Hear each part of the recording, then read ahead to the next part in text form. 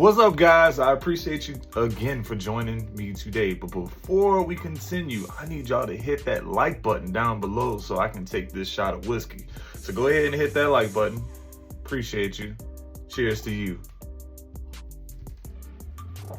Yeah. Men will see that I like to travel on my Instagram, not have a passport, and still hit me up. Like, what the am I gonna do with a grown-ass man with no passport and no intention of getting one? You think you're gonna Miami me to death, Hawaii me to death, New York me, Houston me to death? Bitch, I think the not. Ah, shit. Had it go again. Yeah, I just don't get this part. You know, like, not everybody can travel. I would love to travel, but you're gonna pass up a good blessing because, you know, the man don't have a passport, man. Hell of a hard time to get a passport sometimes, man. Some people have easy experiences getting passports, but sometimes that shit is hard. Look, there's still got a lot of geography to explore in the United States, man. But yes, I do agree. There's probably some things that you just want to go out of the country for. Like for right now, I'm gonna go spend 10 days in Tokyo. Don't ask me why. I just feel like Tokyo might be like 10 years in advance right now, and I want to go see all the technology and stuff since they living in the future. I just want to go experience that. But nonetheless, would you pass up a good man or a good woman, fellas, because she just don't like to travel? Would that bug you a lot? I am divorcing this motherfucker. So the dude that I met on Match.com that I got married, you know, within 30 days and all the things. Okay, so this is something y'all don't know that I'm about to tell you. So we've been together over a year now, okay? And for an entire year, literally every single day, we take a shower together. This is our shower. It's a double person shower, okay? So we take it, that's our thing. And my towel is the green towel, okay? His towel is a gray towel. And on the towel rack, it is his on the right, which is gray, mine on the left. So today, while we're in the shower, he accidentally takes the green towel and dries off with it. He's like, it's okay, these are new fresh towels. I'm like, okay, but now where does this towel go? Okay, because now I'm looking at it and the shit is wrong. Bruh, chill. All right, this has to be a joke because divorcing a man because he used the wrong towel can be true grounds for a divorce. Like, I think you gotta be joking. You just gotta be upset that he used the wrong towel or he's out of routine. And that's why you always gotta keep him guessing, fellas. Always gotta keep him guessing. Y'all heard something today that blew my mind. Someone said men save money being single and women save money being in a relationship. Tell me that's not deep. That's actually one of the truest things that I've ever seen, bro. Yeah, I've ever heard. I can't even argue against that. Men save money being single. Facts, 100% facts. There's men I know that don't even want to date because they don't even want to waste money on dating. And then I know there's some women that can't get money because they just don't like to work. So they saved it as much money as they possibly can by just living with a man. It's crazy.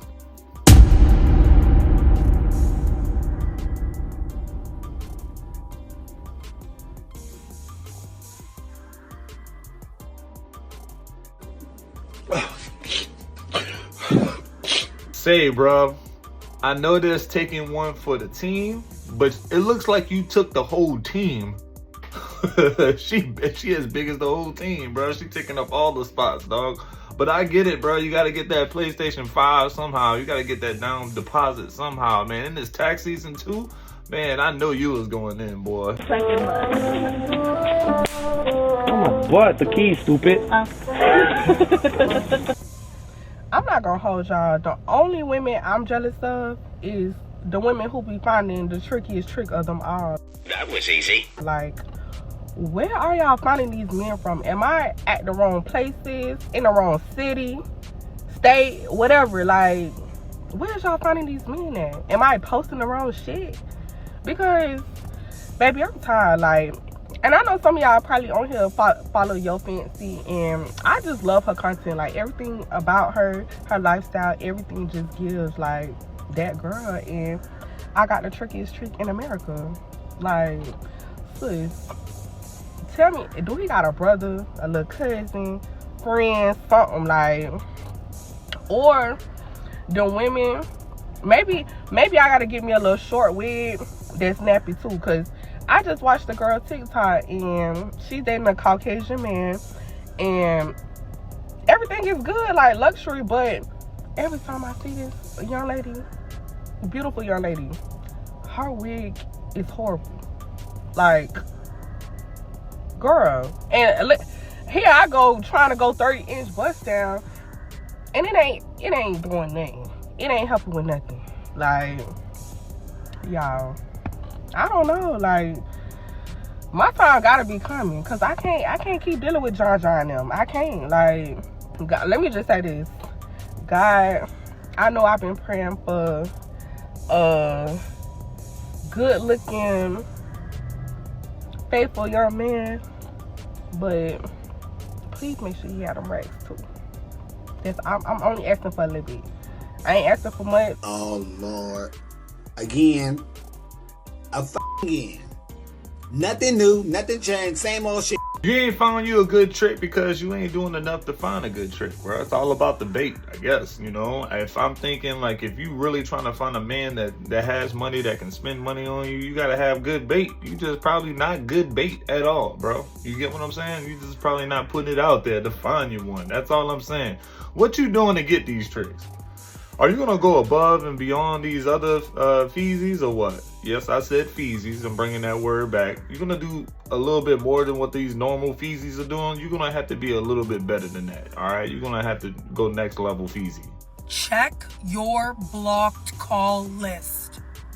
Did you guys see the video of the woman who's been married for 9 years and has children with a man, and she found out that he cheated on her with over 200 women because she found one woman on his social media, and the woman said, text me so that we can talk about the fact that, yes, I'm with your husband, he is cheating on you.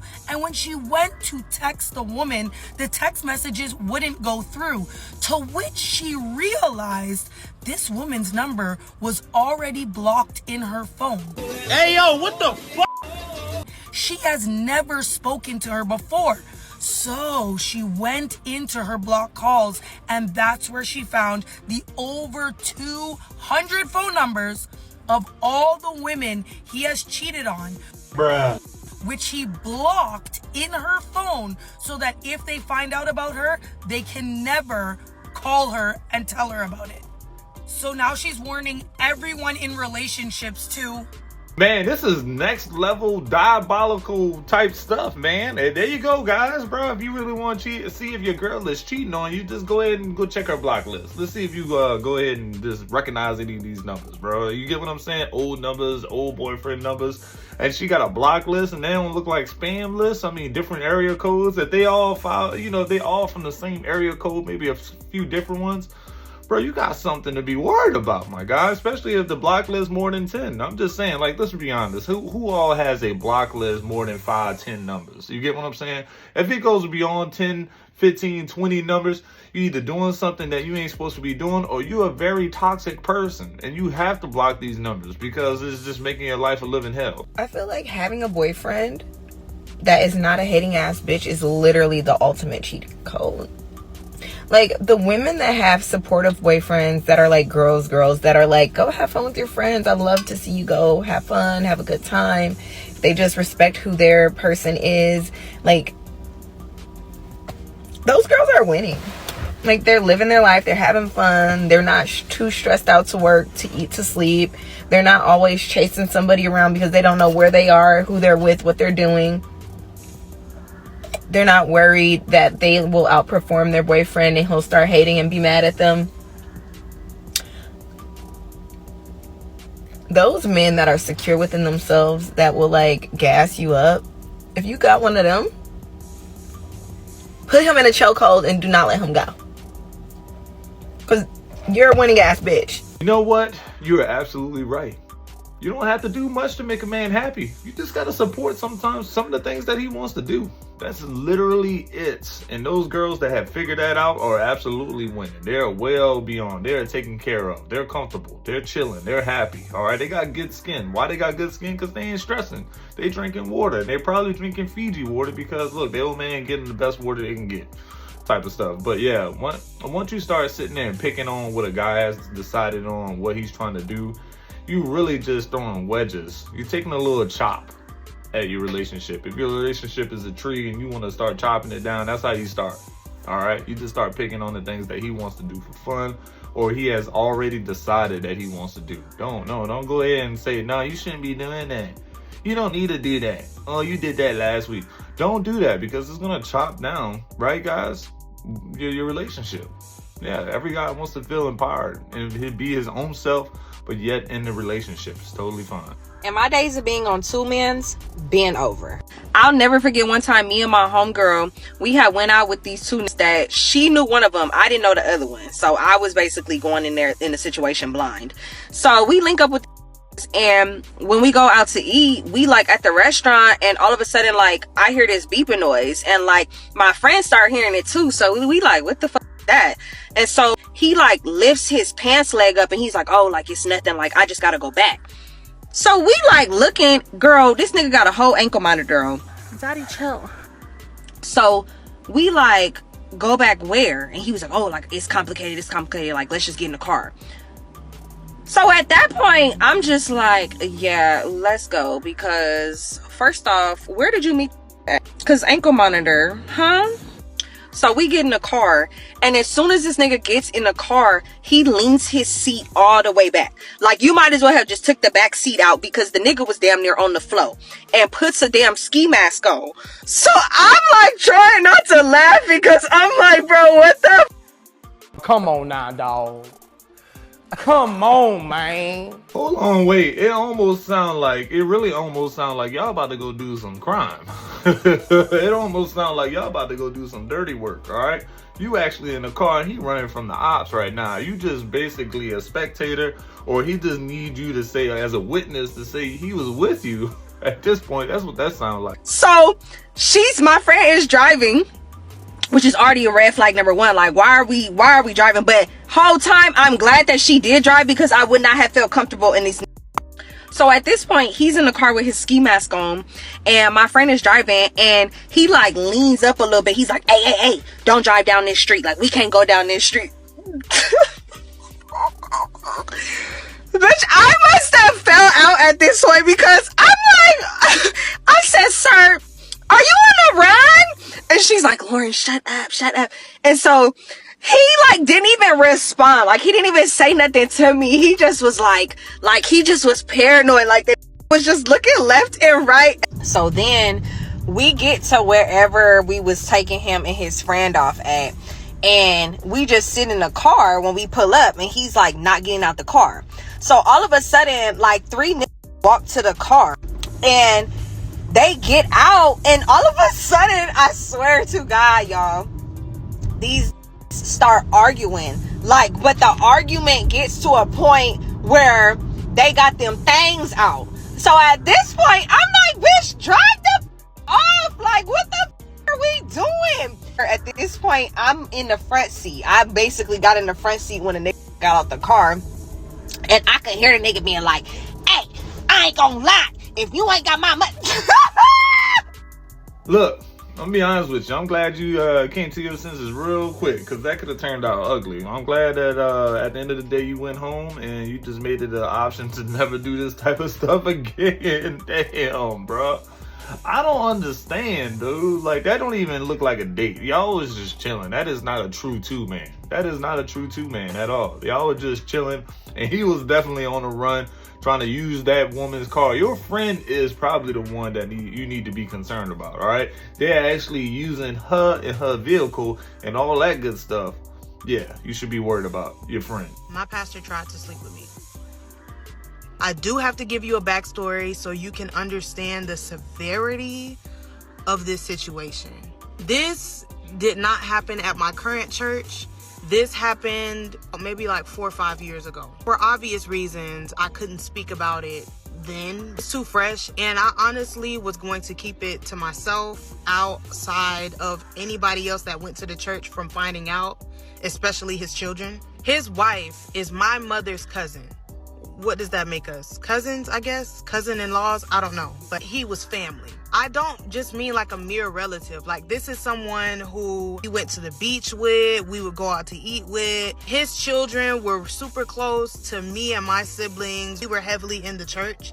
So we saw him and his family all the time. So to dive a little deeper, my mom is a minister. So outside of whenever he would preach, let's say he had to go preach at another church, or maybe was out of town or was sick, that's when my mother would step in and she would preach in his place. We grew up in the church probably like 5 to 6 days a week, from choir rehearsal to praise dance to Bible study to church outside the walls.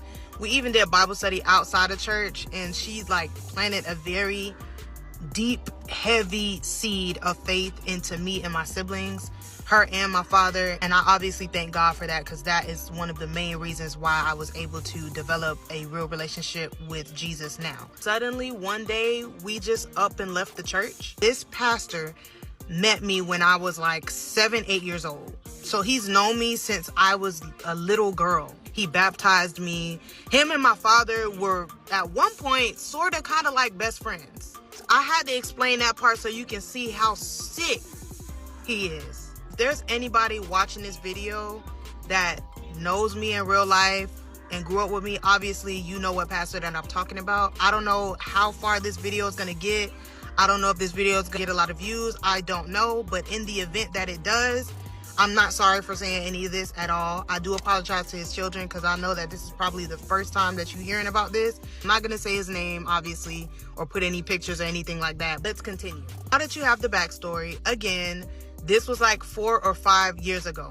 At the time this happened, I was like 20 years old, and I'm 25 now. This was around the time where OF was getting really popular. It wasn't exactly popular yet for what it's known for, but it was around that time where it was getting there. When it comes to certain situations, I look at things for what they are and not what they are portrayed to be. Looking on there, of course, OF doesn't promote itself as that type of app. So when I made it, this was around the time I was heavily chasing my music career. If you know me, you know I used to rap and sing and all of that stuff, and I was heavily trying to pursue being a rapper and a singer. I was deep into my music career, like really trying to thrive and make a living off of it. When I saw OF, I'm like, oh my goodness, this is a perfect outlet to put all of my behind the scenes content on here, exclusive music videos, photo shoots, never before seen photos or unedited photos from my photo shoots. I had this whole big plan to put all of that stuff that I didn't normally share with my supporters or my Instagram followers on there. That is what I was using OF for. I promise you, that was it, and that was all. So on my Facebook, only my family is on there. There may be a few of my friends or associates or people I went to high school with, but for the most part, it was only like family members. I posted the OF link on there, and I specifically put in the caption what was on there. So just thinking about that, even if I was doing that type of OF content, why on God's green earth would I post it on Facebook for my entire family to see? If I was doing that type of content, obviously I'm not gonna put it on Facebook. I get this Facebook message from my pastor. He's like, oh, like, wow, like you have an OF. And I was like, yeah, you know, I'm posting all of my music videos. I had a music video that I had just shot that I didn't release yet. I was giving like my supporters and like my family and stuff a first look at that music video. None of my music videos were explicit or anything. Yes, I was definitely cursing and stuff, but none of my music videos had nothing crazy in it. So then I get a new subscriber. My family, they're really, really good about supporting my music. So this was not uncommon. I didn't find this weird. I was actually like, oh my gosh, I'm getting another subscriber. There was only like 5 things on there. The music video and like the behind the scenes of that music video. So he liked all of them. And then he inboxed me and he said, oh, I have a question. And I was like, yeah, what's up? And he was like, is this the only content that you post on there? And I was like, well, that's all the content I have on there for now. I'm getting ready to post some other behind the scenes from this other photo shoot that I just did. So I don't know when I'm gonna upload it, but I'm gonna upload that on there soon. Then I'm also shooting another music video soon, and that's gonna be up there as well. So I tell him that, and he was like, oh, okay, that's it, LOL. And I was like, yeah. Mind you, I did not know that OF was turning into a P app. I was completely oblivious to it. And not only that, it was still on the rise. Like, it wasn't predominantly that yet. And if it was, I had no clue, because I'm not into that type of stuff. I'm reading his message like, yeah, that's it. Like, what do you mean? I'm thinking he's about to give suggestions about other type of music content that I can put on there or something like that. But he comes out and say like, oh, you ever thought about doing any other type of content for her? And I was like, any other type of content like what? At this point, I'm starting to say, surely he's not talking about that. Surely he's not talking about that. There's no way he's talking about that. So I'm just in denial right now because, like I said, he is in the family. This man watched me grow up, and my siblings and him and my daddy at one point was like this. Also, like I said, we did up and stop going to this church out of nowhere, and we joined a different church. My parents, they never told us why. They never told us what happened. We kind of knew something happened, but they never told us why we stopped going. Remember that, because it's going to be important later. It was like, LOL, you know what content I'm talking about. Nobody wants to see the content that you have on there now. Like, who's going to subscribe to see that? So I'm like, I didn't know how to respond, but at the same time, I didn't want to run with a narrative where I think he's talking about something and maybe he's not. So I didn't accuse him of anything. I just left the message alone. I didn't respond to it. Then he double texted me like an hour later, and he said, oh, I could pay you for the type of content that I want to see. Right there, I'm like, he's definitely talking about what I think he's talking about. I still wasn't running with it because I didn't have proof. He didn't come out and say that. And if anything got out, I knew that he could deny it. Because back then, the church folk that he had surrounding him were like die-hard churchgoers who would back him up to the ends of the earth. If I ever would have came out with this, I would have had to have severe, concrete audio and video proof of this. That's how deep they was going for him. I'm like, what type of content are you talking about? And then he says, I want to see you naked. Literally said, did you mean to send me this? And he was like, yeah, LOL. And I was like, do you know who this is? This is Blank's daughter. I said my father's name. He was like, yeah, I know who this is. I know who this is, LOL. Like, I just want to see some content of X, Y, and Z. He then started being descriptive with the type of content he wanted to see, and even made an offer to see me in person. And so I was like, so you know that this is Blank's daughter? And he says, yeah. And I was like, this is Shawnee, like little Shawnee. And he was like, yeah, I know who you is. You ain't no little girl no more. Oh! Ew! Dude! What the f? LOL. I immediately called my father. Immediately called my parents. And when I got them on the phone, I was crying. Because I'm like, there's just no way that this man who's supposed to be family, who literally saw me grow up, like, dude, like, you baptized me and my siblings. You were in my house. I used to spend the night at his house with his daughter. I'm like, wow, like, you really is a creep. Both of my parents was livid, but they also had this side in their voice where they weren't surprised. I was like, why kind of sound like y'all not that surprised? Like, of course they was extremely mad, but they wasn't that, like, surprised. We're still talking on the phone, and I go back to the messages because I'm like, oh, nah, I need to show them proof. Of course, the messages are gone.